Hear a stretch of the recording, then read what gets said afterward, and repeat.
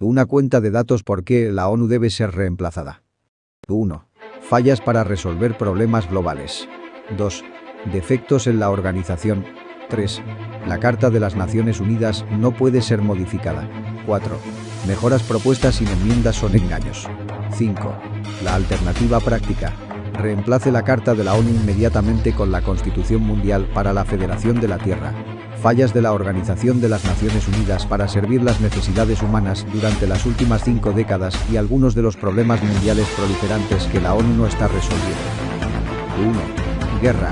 Aunque la Organización de las Naciones Unidas se creó en 1945, como se indica en el preámbulo, para salvar a las generaciones venideras del flagelo de la guerra, durante los 49 años transcurridos desde 1945, los preparativos de guerra y las guerras han continuado como una prioridad y actividad principal de casi todas naciones miembros de la ONU. Desde 1945, cientos de millones de personas han sido asesinadas o mutiladas en guerras o sus casas y comunidades fueron destruidas por las guerras, en su mayoría civiles.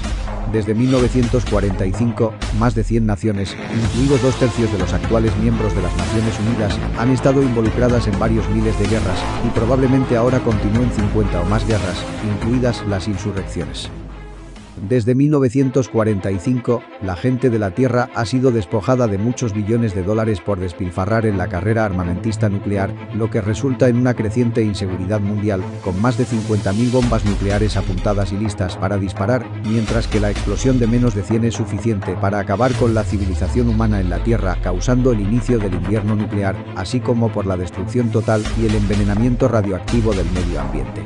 Desde 1945, más talento científico y de ingeniería del mundo se ha dedicado al diseño y producción de armas de guerra que en cualquier otra actividad. Desde 1945, además de las armas nucleares, otras armas de destrucción masiva y capacidades mortales se han ampliado enormemente en cantidades, variedades tecnológicas y poder destructivo, todo lo cual contribuye a la inseguridad global total.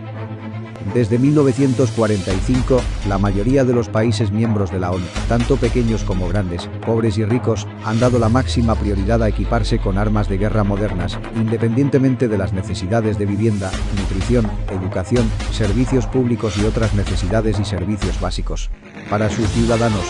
Desde 1945, el comercio de armamentos y armas de guerra se ha incrementado a proporciones cada vez mayores, por lo que las armas con capacidades de destrucción y destrucción magnificadas están en todas partes, y las guerras entre naciones y nacionalidades étnicas estallan en todas partes. Desde 1945, todas las convenciones de desarme, comisiones, estudios y resoluciones de la ONU no han logrado detener el aumento y la propagación de armas militares para la guerra, no han podido detener la introducción de nuevas tecnologías para armas más destructivas, no han logrado detener más naciones de adquirir armas nucleares, no han logrado lograr el desarme. Desde 1945, la construcción de grandes fábricas para producir armas de guerra presenta otro problema complejo, costoso y socialmente explosivo de conversión a producción para necesidades humanas pacíficas, de modo que la producción y venta de armas innecesarias continúa sin una agencia global capaz de facilitar y supervisar la conversión necesaria para atender necesidades pacíficas. Desde 1945, las carreras armamentistas y los programas militares de las naciones miembros de la ONU, eufemísticamente llamados Defensa Militar Nacional, pero en realidad programas de guerra, han hecho que casi todas las economías nacionales se conviertan en economías de guerra, vinculadas a las prioridades dadas a los preparativos de guerra. Desde 1945, toda la producción de armas nucleares y armas de destrucción masiva debe definirse adecuadamente como crímenes de guerra, cometidos por la mayoría de los países miembros de la ONU, y en su mayor medida cometidos por los 5 países miembros del Consejo de Seguridad, pero la ONU guarda silencio en eso. 2. Destrucción ambiental.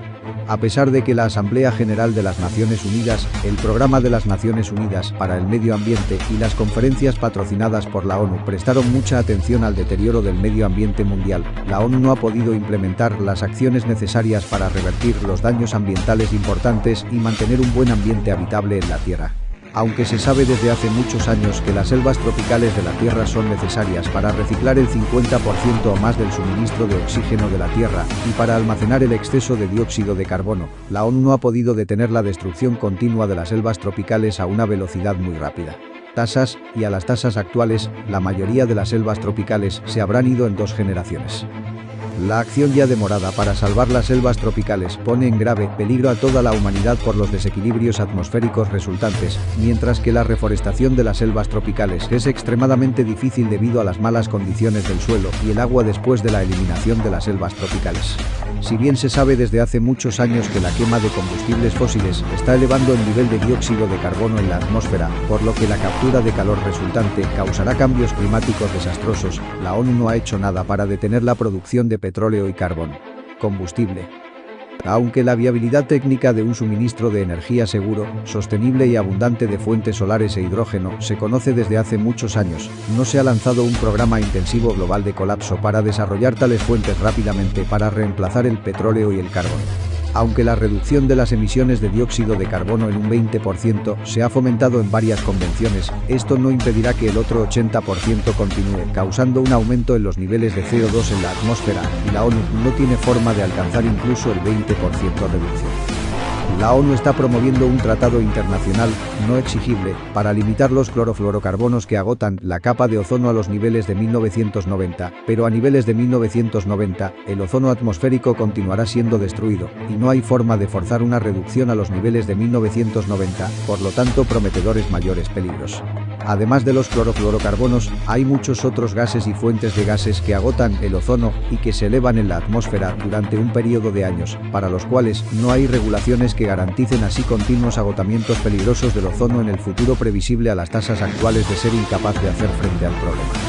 Aunque se sabe desde hace muchos años que el fitoplancton en los océanos es necesario para reciclar el 50% o más del suministro de oxígeno de la Tierra, así como para almacenar el exceso de dióxido de carbono y comenzar la cadena alimentaria de los peces y la vida marina, y ese agotamiento del ozono provocará la destrucción del fitoplancton por los rayos ultravioleta, este problema ni siquiera se ha abordado en la ONU para revertir los cambios climáticos catastróficos que a veces se reconocen como probablemente ya en curso. Se requiere un programa muy masivo y coordinado globalmente de muchas partes interrelacionadas, que costará muchos cientos de miles de millones de dólares por año durante muchos años si se quiere la civilización humana en la Tierra guardado, pero la ONU no está totalmente preparada y no puede iniciar ni administrar dicho programa.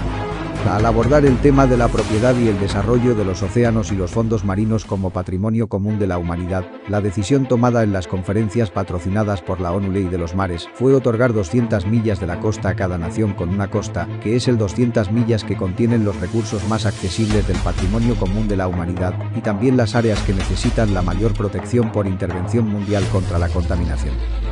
Aunque los desechos radiactivos y los residuos de la producción de energía nuclear se han acumulado desde que comenzó la producción de energía nuclear hace 41 años, y se sabe que estos desechos y venenos radiactivos son una amenaza mortal para la vida humana durante miles y decenas de miles de años, la ONU no ha hecho nada para detener la producción de energía nuclear con las acumulaciones resultantes de venenos radiactivos, a pesar del hecho adicional de que no existen procedimientos de eliminación seguros conocidos por la acumulación de desechos nucleares que amenazan la vida.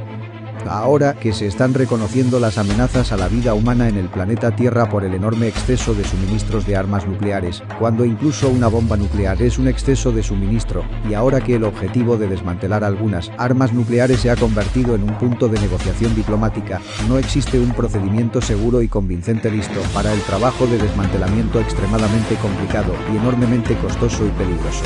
Mientras tanto, las bombas nucleares que proliferaron durante todos los años de vigilancia de la ONU se hacen más viejas y más inseguras cada año. Actualmente, los procedimientos de desmantelamiento incluyen el almacenamiento de componentes explosivos nucleares, disponibles para su reensamblaje en bombas y sujetos a dispersión a otros países, y el uso de material nuclear de bombas en centrales nucleares que envenenan el medio ambiente durante miles de años. Desde 1945, se han acumulado enormes cantidades de otros desechos tóxicos de una gran cantidad de procesos industriales que se vierten en los océanos o se envían desde las naciones industriales avanzadas a los países menos avanzados, y la ONU no tiene un programa para la eliminación segura o control sobre este problema global. Decenas de otros problemas ambientales urgentes y extremos continúan proliferando y empeorando, como la erosión del suelo y el deterioro de las tierras agrícolas a nivel mundial, el agotamiento y la contaminación de los suministros de agua dulce a nivel mundial, el agotamiento de la pesca oceánica a nivel mundial, los derrames y descargas de petróleo en todas partes, múltiples contaminaciones atmosféricas globalmente, y la ONU no puede hacer nada excepto hacer estudios, recopilar documentación, establecer comisiones para estudiar los problemas y celebrar conferencias que que no puedan tomar decisiones vinculantes para resolver los problemas. La gente de la Tierra está viviendo bajo una bruma global cada vez más venenosa y fea, que se extiende por todas partes, e incluso si se menciona en las reuniones de la ONU no puede eliminar las fuentes que causan esta bruma, incluso si es una amenaza y una carga para la vida en todas partes.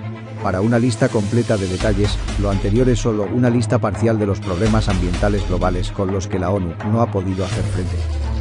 3. Condiciones económicas y sociales.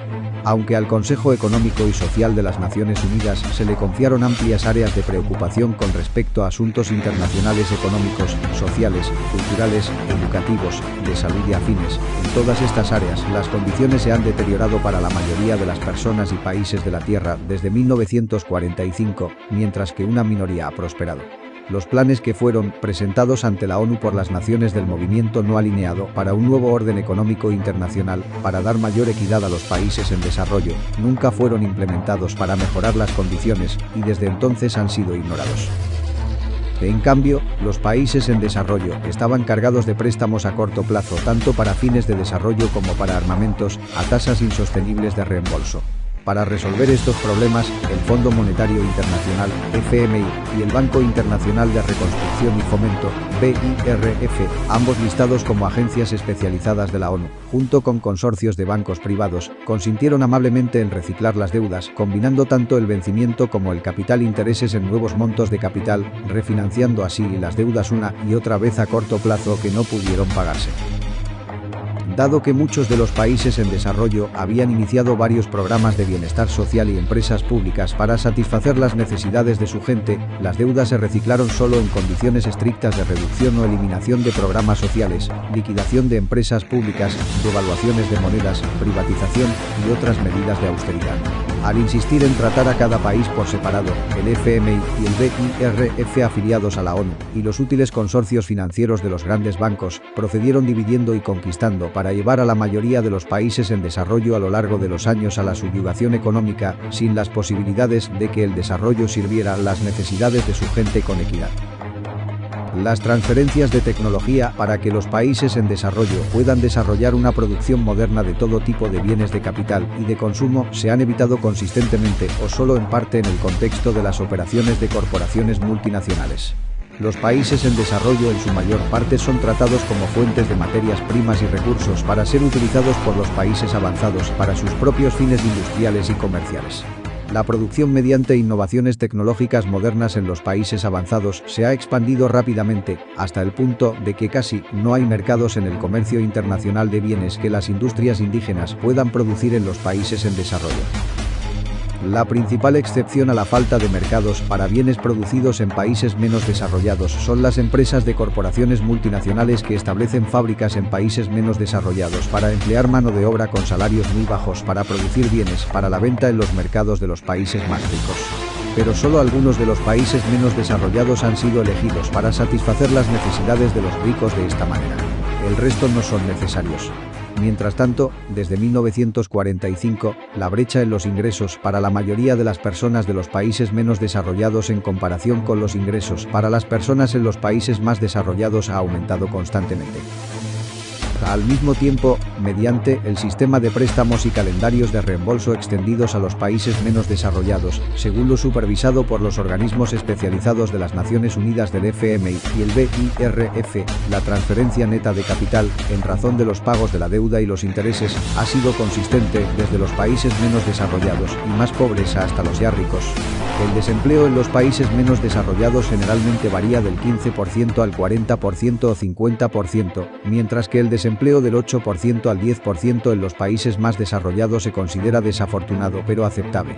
El problema es mucho mayor cuando se tiene en cuenta el empleo marginal y parcial y el empleo en niveles de subsistencia difíciles. Desde 1945, la ONU no ha dado pasos hacia la introducción de una moneda global única, lo que podría eliminar las manipulaciones y devaluaciones de las monedas variables siempre en detrimento de la mayoría de las personas. Desde 1945, ningún sistema de finanzas y crédito global ha sido diseñado con el propósito principal de satisfacer las necesidades humanas de las personas en todas partes, sobre una base de equidad para todos.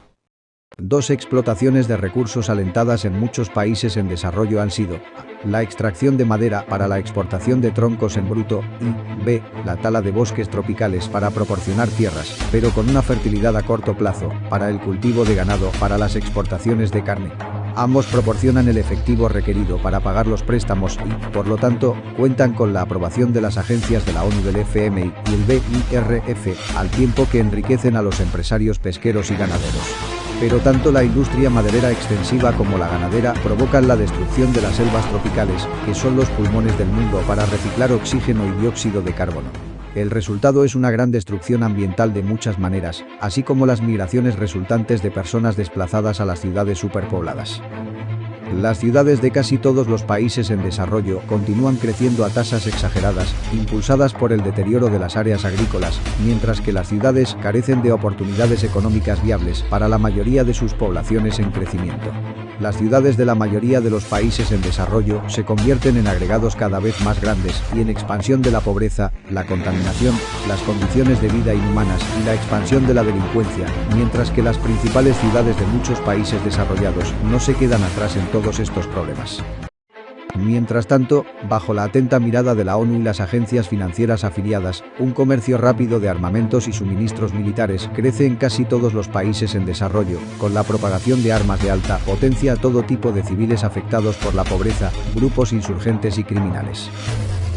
Mientras tanto, el Acuerdo General sobre Comercio y Aranceles, GATT, también un proyecto afiliado a la ONU, se está desarrollando a puertas cerradas y sin representación de los intereses de la gente, trabajo, pequeños agricultores, medio ambiente, bienestar social, que se aplicarán arbitrariamente de acuerdo con las reglas para hacer que el mundo sea seguro para las empresas transnacionales o multinacionales con fines de lucro y sus colaboradores. El objetivo es garantizar y maximizar las ganancias para la empresa privada explotadora mediante, entre otras cosas, la eliminación de prácticas comerciales injustas como la protección de las normas salariales y laborales, la protección ambiental costosa, los subsidios para proteger a las comunidades agrícolas y agrícolas locales, y costos de bienestar social en general. Nota: ¿no hay nada intrínsecamente malo en las corporaciones multinacionales? Sin embargo, todo lo anterior es miope, porque la angustia económica, la pobreza, la desesperación y el crimen crecen en la mayoría de los países, la democracia muere en todas partes, las dictaduras y los sucesivos golpes militares se vuelven comunes, y estallan guerras tribales, étnicas, religiosas y separatistas en todas partes, para que el comercio mundial pacífico se vuelva inseguro y se interrumpa en todas partes. Mientras tanto, una nueva amenaza ha surgido durante la última década: el SIDA. Emergiendo y creciendo más rápidamente en los países africanos afectados por la pobreza, esta amenaza está creciendo en todo el mundo, tanto en los países en desarrollo como en los desarrollados, sin fin ni solución a la vista. En algunos países en desarrollo, se informa que hasta el 20% de la población es HIV positiva.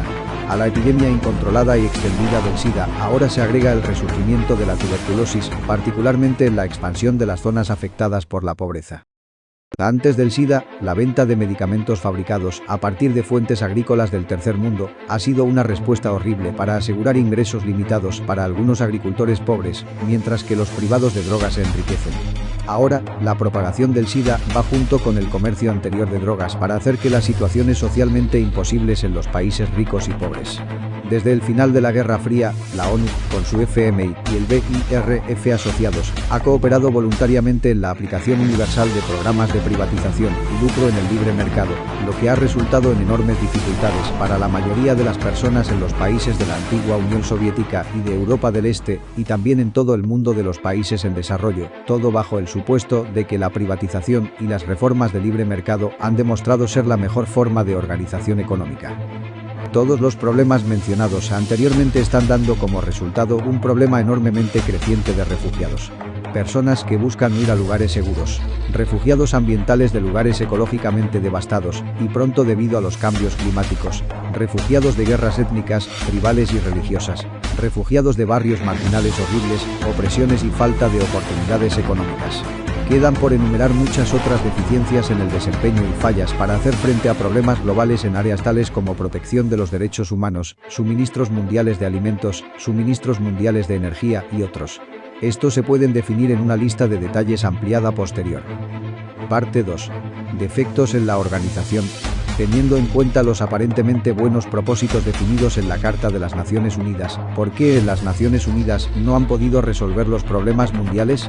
No es porque los embajadores ante la ONU de los distintos países sean incompetentes o estúpidos. Se encuentran entre las personas mejor informadas del mundo. Tampoco se debe a que el personal de la ONU es incompetente, ni al mal uso de los fondos. Un cambio en el personal no haría ninguna diferencia. La razón principal es porque la ONU simplemente no está organizada para resolver problemas globales o supranacionales. Los defectos principales se describen a continuación.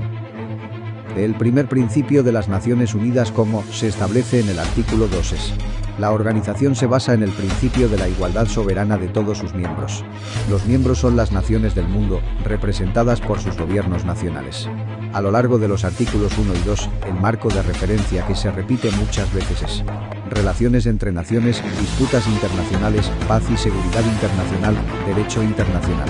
Las palabras mundo, global, supranacional y tierra no aparecen en la Carta excepto por 3 referencias a la Segunda Guerra Mundial y el uso de la palabra mundo incidentalmente una vez en el artículo 74 y una vez en el artículo 76.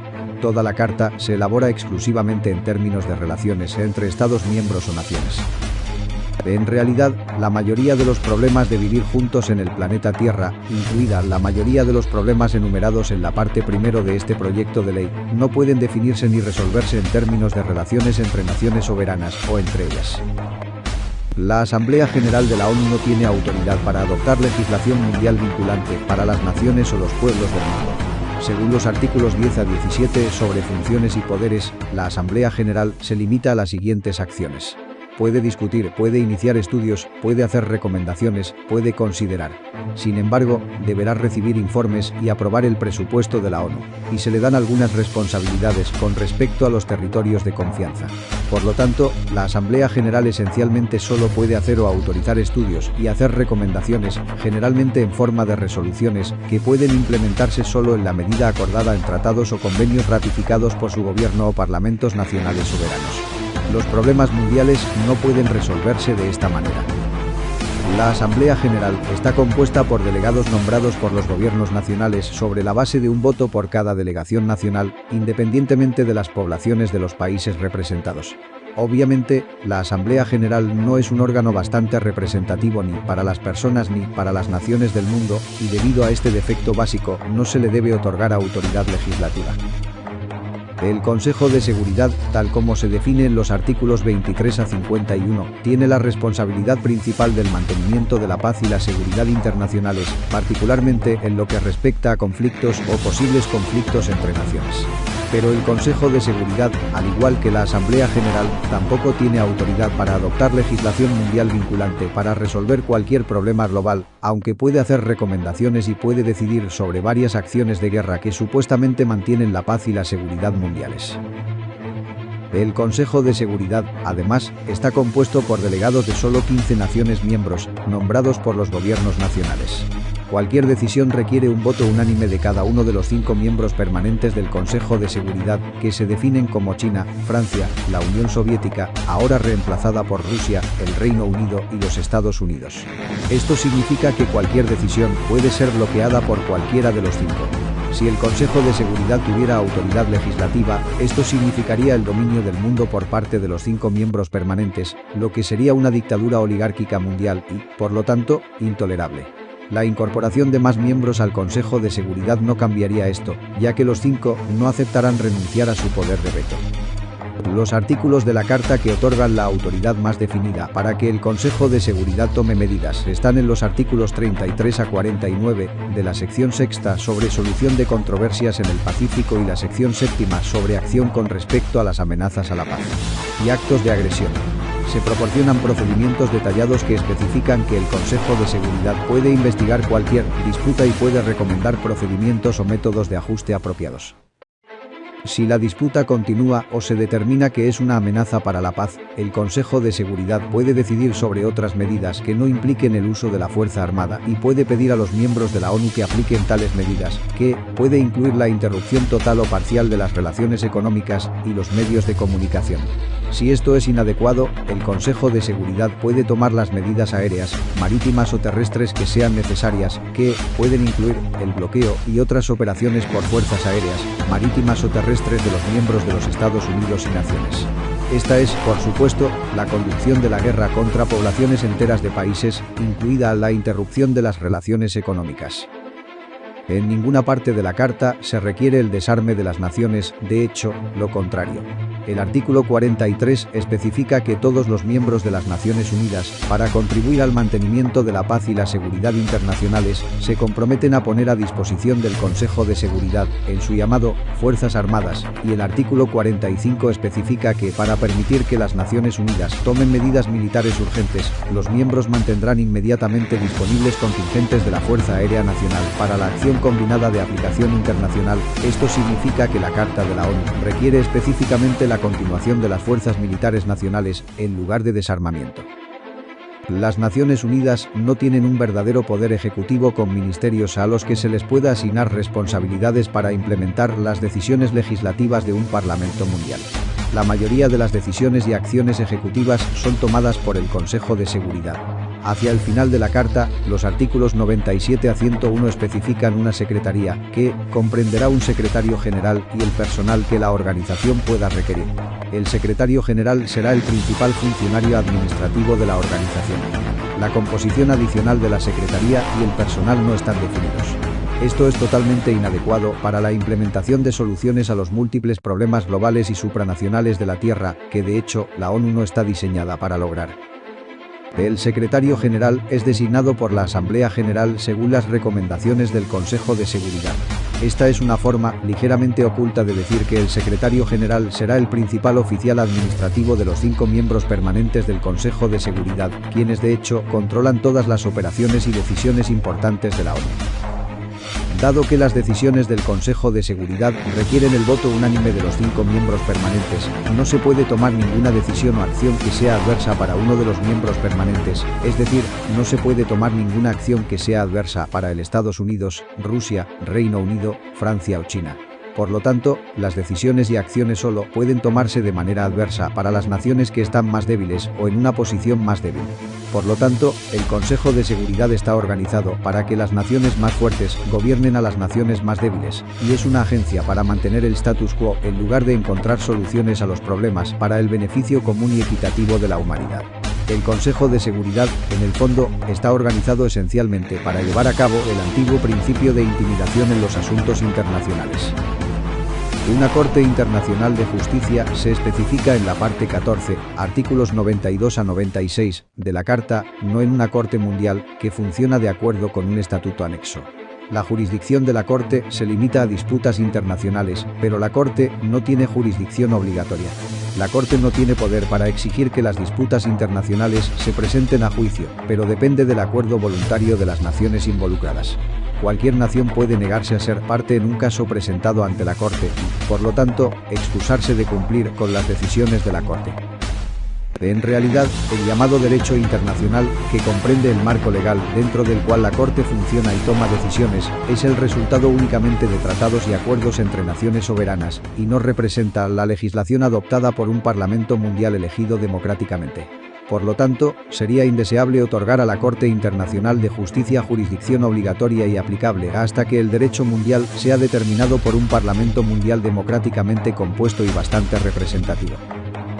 El Consejo Económico y Social de las Naciones Unidas parece estar basado en buenas intenciones, pero carece de poder para hacer más que hacer estudios y recomendaciones, como se autoriza en los artículos 62 a 66 de la Carta.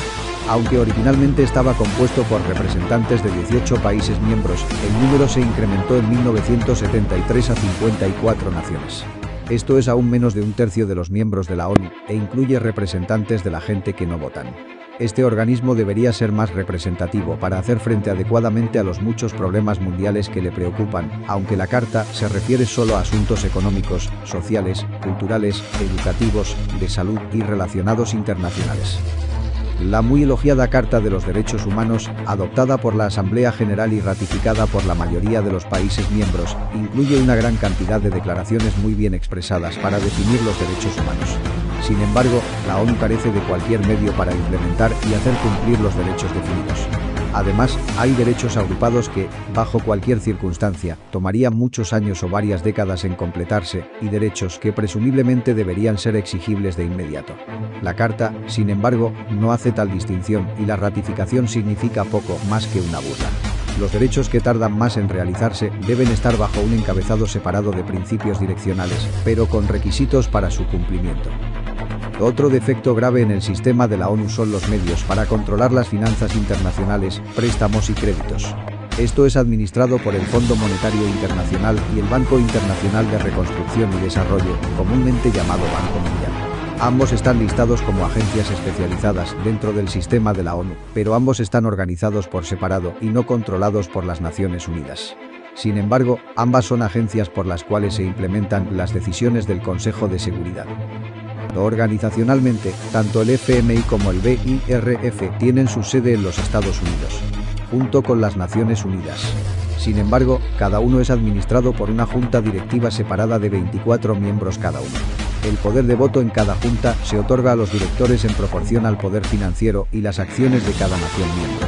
Por lo tanto, entre el 38% y el 39% de los votos de cada junta están en manos de las 5 naciones de Estados Unidos, Reino Unido, Alemania, Francia y Japón, de los cuales Estados Unidos tiene el 17% de los votos. Todos los países africanos juntos tienen menos del 10%. Todos los países de Europa del Este y de la antigua Unión Soviética, excepto Rusia, están representados por directores de Europa Occidental. Todos los países del Caribe están representados por un director de Canadá. La mayoría de los países del área del Pacífico están representados por un director de Australia. Estas dos agencias financieras internacionales controlan juntas la extensión del crédito y los préstamos financieros, la denegación y cancelación o suspensión del crédito y los préstamos, los términos específicos para los préstamos y el crédito, como varias medidas de austeridad, reconstrucción económica dentro de un país, cancelación de programas sociales y privatización, y determinar qué monedas se reconocen como monedas duras para el comercio internacional. Por diversas formas hábiles, sofisticadas, informales, ocultas y manipuladoras, así como por votación, estas dos agencias financieras internacionales se utilizan para controlar el mundo para los intereses primarios de las naciones más poderosas y para manipular e implementar decisiones del Consejo de Seguridad para los mismos propósitos tortuosos, en particular para implementar el principio de intimidación básico del Consejo de Seguridad. Finalmente, el presupuesto de las Naciones Unidas es menos de 5.000 millones de dólares por año, que es menos del 2% del presupuesto militar de defensa de los Estados Unidos. ¿Cuántas otras naciones miembros de la ONU también tienen presupuestos militares de defensa que exceden el presupuesto total de la ONU? Para ser práctico, se requiere un presupuesto de al menos $1 billón al año para hacer frente a los problemas críticos globales y supranacionales que requieren atención inmediata y de emergencia y continuar para el siglo XXI, incluidas numerosas crisis ambientales, revertir los cambios climáticos, el desmantelamiento de todas las armas nucleares, la conversión global a fuentes de energía benignas, el desmantelamiento de todas las armas nucleares, la conversión global a fuentes y usos de energía benignos. La sostenibilidad de la vida agrícola y oceánica, la facilitación del desarrollo económico para satisfacer las necesidades humanas de manera equitativa y para hacer frente a todos los problemas enumerados en la parte primero de esta declaración de detalles. $1 billón al año es lo que los países miembros gastan juntos en guerra y costos militares, por lo que $1 billón al año para resolver problemas globales es bastante razonable. Lamentablemente, el diseño de la ONU es completamente inadecuado para el uso de dichos fondos para la solución adecuada de problemas globales. Parte 3. El engaño de enmendar la Carta de las Naciones Unidas. El procedimiento para enmendar la Carta de la ONU se define en los artículos 108 y 109. Ambos artículos requieren que cualquier alteración de la Carta sea ratificada por cada uno de los miembros permanentes del Consejo de Seguridad, así como por 2/3 de todos los miembros de la ONU, que ahora suman más de 180 naciones. Es de suma importancia que cada miembro del Consejo de Seguridad pueda vetar cualquier enmienda, incluida la enmienda del poder de veto. El primer paso hacia la enmienda es una conferencia general de los miembros de las Naciones Unidas con el propósito de revisar la presente Carta. Dicha conferencia podría convocarse mediante la decisión de un voto de 2/3 del total de miembros, incluidos 9 miembros del Consejo de Seguridad. Sin embargo, en vista de la oposición de los 5 miembros permanentes a las enmiendas, particularmente el tipo sustancial de enmiendas que se necesita, nunca se ha convocado una conferencia de revisión. E incluso si los 5 miembros permanentes del Consejo de Seguridad estuvieran de acuerdo en considerar los cambios fundamentales, comenzando con la eliminación del poder de veto, toda la estructura de la ONU bajo su carta simplemente no es adecuada para cambiar por enmiendas en algo que se parezca a una organización mundial democrática capaz de resolver problemas globales para el beneficio equitativo de todas las personas y países de la Tierra. No se trata de cambiar una palabra de oración o párrafo aquí y allá. Se requerirían cientos de enmiendas en toda la carta. ¿Es ese un enfoque realista o práctico? Lo que realmente se necesita es nada menos que una constitución mundial completamente diferente y nueva para el gobierno federal mundial. Esto se reconoció plenamente ya en 1946. Desde entonces, la verdad de la necesidad de un gobierno mundial ha sido encubierta y tratada como poco realista, pero sigue siendo el requisito práctico básico para una sociedad mundial pacífica capaz de resolver problemas globales y satisfacer las necesidades humanas. Transformar la Carta en una constitución viable para el gobierno mundial federal requeriría cambiar cada sección, cada artículo, casi cada oración, así como miles de palabras, cada cambio sujeto a veto. Debe quedar bastante claro que la transformación de la ONU mediante enmiendas en un gobierno federal mundial es totalmente poco práctica e imposible. Además, y lo más importante, un área importante de control internacional que nunca se puede cambiar mediante enmiendas a la Carta de las Naciones Unidas es el área de control financiero del Fondo Monetario Internacional y el Banco Internacional para la Reconstrucción y el Desarrollo, el llamado Banco Mundial. Dado que estas agencias financieras se rigen por acuerdos organizativos y juntas directivas que están completamente separadas de la Carta de las Naciones Unidas, aunque se denominen agencias especializadas de las Naciones Unidas, no pueden ser tocadas por enmiendas a la Carta de las Naciones Unidas. Algunas personas y organizaciones actualmente tratan de evitar el tema de las enmiendas, proponiendo en su lugar reestructuración o reestructuración integral. Esto es simplemente un lindo juego de palabras y solo ayuda a confundir a las personas y obstruir el pensamiento claro. La reestructuración requiere enmiendas a la Carta. La reestructuración integral requiere enmiendas integrales a la Carta, tal como se especifica en los artículos 108 y 109, lo que no es realista, práctico ni posible. Para una analogía, un caballo y un buggy no pueden transformarse en un automóvil moderno cambiando las piezas. Y no hay un buen hada para agitar una varita mágica. La única solución racional y práctica es reemplazar la Carta de la ONU por completo con una constitución bien diseñada para el gobierno federal democrático mundial. Agregar una asamblea de personas. Después de proponer inútilmente la reforma de la ONU mediante enmiendas desde 1946, algunas personas durante la última década han descubierto que el artículo 22 de la Carta establece: la Asamblea General puede establecer los órganos subsidiarios que considere necesarios para el desempeño de sus funciones. Por lo tanto, estas personas han propuesto que, sin la necesidad de enmiendas, la Asamblea General podría crear una Asamblea Popular adicional o una Cámara de Delegados Populares elegidos por los pueblos del mundo. Por lo tanto, han organizado un movimiento en apoyo de ese objetivo, que ha sido respaldado y adoptado por muchas organizaciones. Intentar lograr cambios en el funcionamiento de la ONU por este método es peor que inútil. Primero, la Asamblea General no puede funcionar como un cuerpo legislativo mundial para resolver problemas globales o atender efectivamente las necesidades humanas globales. Esto no se debe a la incompetencia o ignorancia de los delegados, sino a la forma en que está diseñada la ONU, como se documenta anteriormente. Como se analizó anteriormente, los artículos 10 a 17 describen las funciones de la Asamblea General mencionadas en el artículo 22. Brevemente resumidas, las funciones son: pueden discutir, puede recomendar o puede hacer recomendaciones a los miembros, es decir, a los gobiernos nacionales, de las Naciones Unidas, y iniciará estudios y hará recomendaciones con el propósito de promover la cooperación internacional. Todo debe hacerse en el contexto de la continuidad garantizada de la soberanía nacional. Supongamos que después de muchos años la Asamblea General es persuadida de agregar una Asamblea Popular o Cámara Popular para ayudar a la Asamblea General a cumplir sus funciones y que la gente del mundo, después de más años de organización, finalmente pueda elegir a sus delegados. A esta Asamblea Popular, ¿qué se logra? Tal Asamblea Popular no cambiará los poderes o procesos de toma de decisiones de la Asamblea General. La Asamblea Popular añadida no pudo promulgar legislación mundial ni ayudar a la Asamblea General o al Consejo de Seguridad a promulgar una legislación mundial aplicable sobre cualquier tema. La Asamblea Popular no cambiará el procedimiento de votación en la Asamblea General, que se mantendrá en un voto por nación miembro, según lo indiquen los gobiernos nacionales. La Asamblea Popular no alterará el poder de veto de cada miembro permanente del Consejo de Seguridad, que continuará siendo el poder decisivo en la ONU. En resumen, la Asamblea Popular, si finalmente se logra, solo podría hacer estudios, aprobar resoluciones y hacer recomendaciones a la Asamblea General para ayudar a la Asamblea General en el desempeño de sus funciones. Es decir, la Asamblea Popular solo podría ayudar a la Asamblea General a no hacer nada por la solución práctica de los problemas mundiales. La razón por la cual un intento organizado de agregar una Asamblea Popular a la Asamblea General en virtud del artículo 22 es peor que inútil, es que ese intento desvía la atención, las energías y el dinero de las personas bien intencionadas, lejos de lo que realmente se necesita lograr, que es el reemplazo de las Naciones Unidas por una constitución bien diseñada para el gobierno federal mundial. Durante el proceso de tratar de lograr una Asamblea Popular, las buenas personas se engañan pensando que están logrando algo de valor y uso para resolver problemas mundiales, cuando en el mejor de los casos no logran nada de sustancia legislativa o gobernante. De agregar una asamblea parlamentaria. Durante los últimos 2 años, una nueva propuesta ha ganado popularidad, que es agregar una asamblea parlamentaria a la Asamblea General de la ONU, también bajo el párrafo permisivo del artículo 22 de la Carta.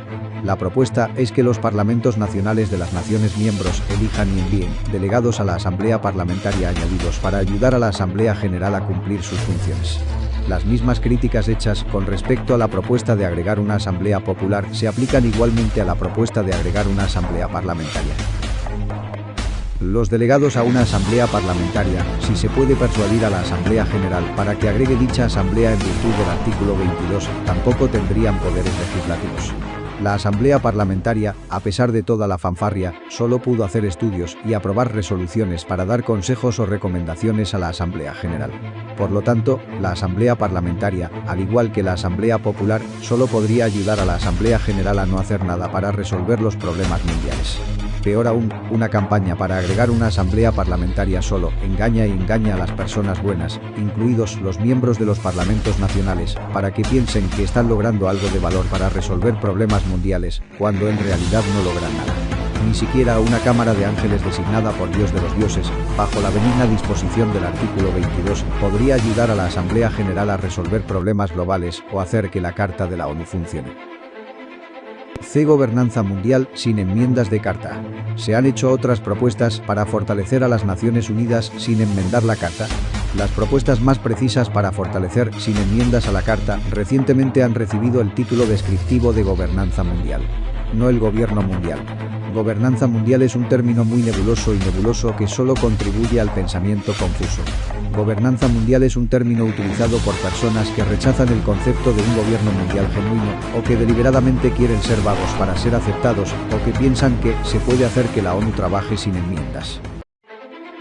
En cualquier caso, las personas a las que les gusta usar el término gobernanza mundial generalmente no proponen un parlamento mundial elegido y responsable ante los ciudadanos del mundo, no proponen una administración ejecutiva con autoridad ejecutiva y responsable ante un parlamento mundial elegido, no proponen un sistema de la Corte Mundial que funciona en el contexto de las leyes mundiales adoptadas por una legislatura mundial responsable y que oculta el pensamiento claro sobre todos los detalles de una constitución para el gobierno federal mundial. Si la gobernanza mundial tiene algún significado específico, puede ser como se describe en un estudio realizado por el Mundo Reloj Instituto en 1992 antes de la principal convención ambiental mundial en Río de Janeiro. El fortalecimiento de la ONU generalmente se imagina en la misma línea. Según este concepto, la gobernanza mundial comienza con tratados o convenciones o acuerdos negociados entre naciones soberanas, tal vez iniciados por resoluciones de la Asamblea General. Para una mejor aplicación de tales tratados o acuerdos, se deben fortalecer los siguientes procedimientos, que ya están definidos para el Consejo de Seguridad en los artículos 33 a 49. A procedimientos más estrictos para supervisar el cumplimiento de los tratados o acuerdos o de las directivas adoptadas por el Consejo de Seguridad. Sí. En caso de violaciones o incumplimiento, la aplicación estricta primero por medios no militares tales como sanciones comerciales y embargos, y la denegación de créditos financieros, así como la incautación de recursos financieros que pueden estar fuera del país en particular. Si el incumplimiento o las violaciones continúan, entonces la ejecución por bloqueo militar, quizás, en el camino, obtenga la decisión de un tribunal internacional para justificar la aplicación de los tratados mediante estos métodos. Como último recurso, la aplicación se llevará a cabo con firmeza mediante una variedad de medidas militares que ya están definidas y aprobadas por la Carta de las Naciones Unidas, y que, por supuesto, significa guerra, sin importar cuántas veces se invoque el término mantenimiento de la paz. Las dificultades o la necedad de la gobernanza mundial y el fortalecimiento de la ONU mediante tales procedimientos es, en primer lugar, que la mayoría de los problemas del mundo no se definen simplemente en términos de relaciones o disputas o tratados o acuerdos entre naciones soberanas, y no puede resolverse tratando de hacer cumplir tratados o acuerdos entre naciones soberanas. En segundo lugar, los procedimientos de aplicación bajo este concepto de gobernanza mundial se llevan a cabo contra poblaciones enteras y castigan en su mayoría a niños inocentes, mujeres y ciudadanos pacíficos. Esto es así con las sanciones comerciales y la denegación de créditos financieros, por lo que hoy cientos de miles y, de hecho, decenas de millones de personas inocentes están sufriendo grandes dificultades. Mediante los procedimientos de embargos militares y luego mediante una fuerza militar abierta, este sistema de fortalecimiento de las capacidades de aplicación de la ONU o del gobierno mundial, la guerra contra poblaciones enteras puede llevarse a cabo todo en nombre del mantenimiento de la paz. Además, la gobernanza mundial con este concepto solo puede ser llevada a cabo por los fuertes contra los débiles, por decisión, por supuesto, de los 5 miembros permanentes del Consejo de Seguridad. La gobernanza mundial y el fortalecimiento de la ONU mediante este concepto y procedimiento es simplemente una forma oscurantista de potenciar el antiguo principio de intimidación en los asuntos internacionales. En todos los aspectos, esto no está en el Estado de Derecho en los asuntos mundiales y humanos, democráticamente acordado con la justicia para todos. La gobernanza mundial mediante este procedimiento es lo opuesto a la forma de proceder de la sociedad civilizada. Parte 5. La alternativa práctica e inmediata. Reemplace la Carta de las Naciones Unidas con la Constitución Mundial para la Federación de la Tierra en este momento de la historia. A principios de 1994, se están llevando a cabo los preparativos para celebrar durante 1995 el 50 aniversario de las Naciones Unidas, como si el registro de los años transcurridos desde 1945 muestra grandes logros para el bien de la humanidad. Algunas personas y organizaciones también proponen utilizar la celebración del 50 aniversario como una ocasión para proponer enmiendas a la Carta de las Naciones Unidas o para proponer otras formas de reestructurar o fortalecer a las Naciones Unidas, para que las Naciones Unidas supuestamente puedan llevar a cabo mejor el mantenimiento de la paz y la protección del medio ambiente. Y otros buenos propósitos. Pero tanto la celebración como las propuestas para fortalecer o transformar la ONU son completamente y peligrosamente engañosas. Primero, las Naciones Unidas durante los últimos 49 años no han logrado eliminar completamente el flagelo de la guerra, que fue proclamado como el objetivo principal de la ONU. Sin embargo, en 1995 se nos pide celebrar 5 décadas de la ONU, durante las cuales billones de dólares han sido derrochados en una estupenda carrera de armamentos nucleares, lo que resulta en condiciones de inseguridad total para todos en la Tierra y el envenenamiento de la Tierra durante miles de años en el futuro. Se nos pide celebrar el armamento militar de más de 180 naciones, cuya primera prioridad de la soberanía nacional garantizada por las Naciones Unidas es el armamento militar.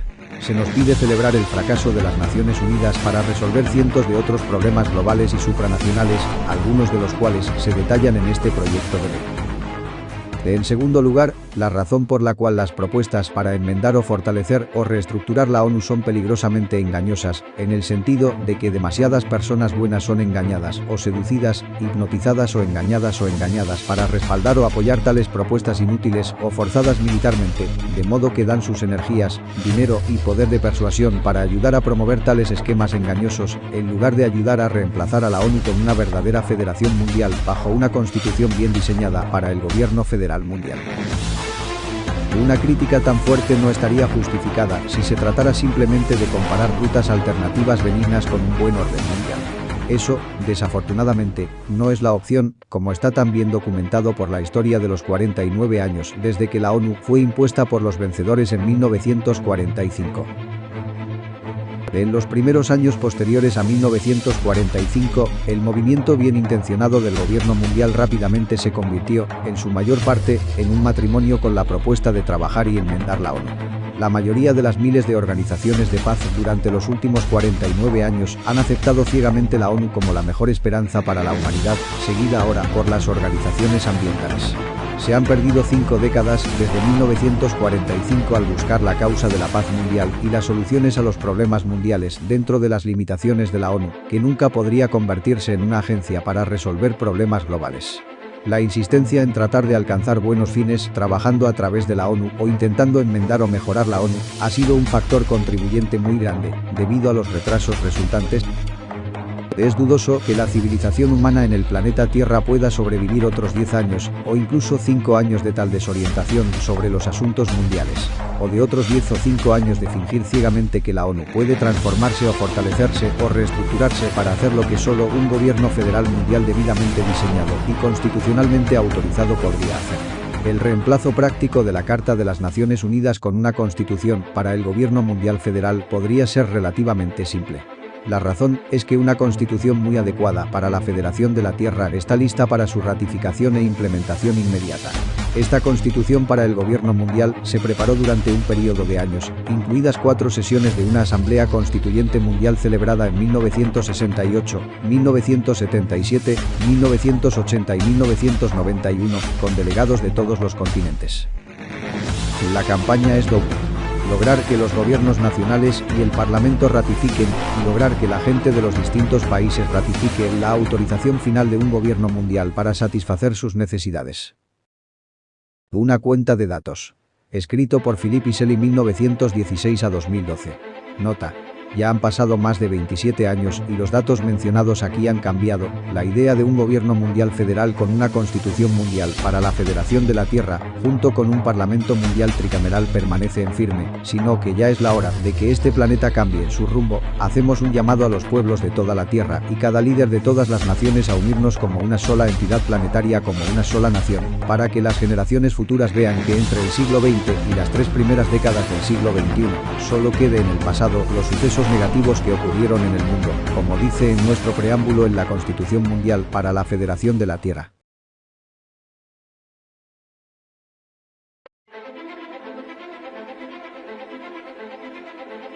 Preámbulo. Conscientes de que la humanidad ha llegado hoy a un punto de inflexión en la historia y que estamos en el umbral de un orden geopolítico mundial nuevo que promete marcar el comienzo de una era de paz, prosperidad, justicia y armonía.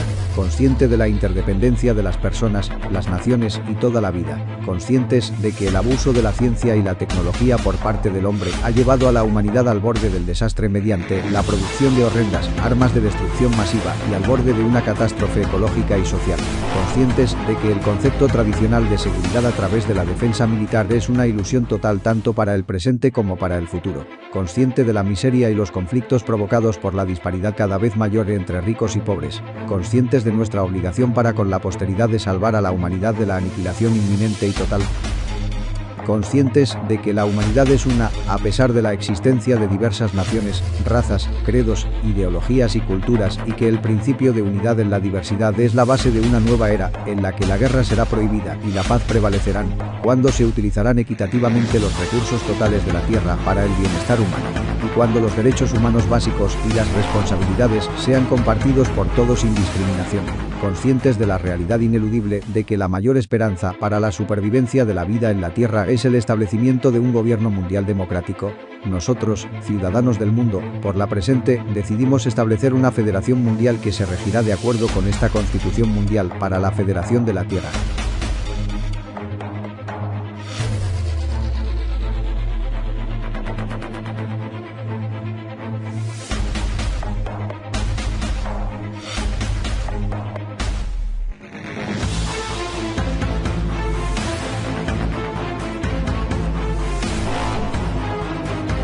La Federación de la Tierra y el Parlamento Mundial.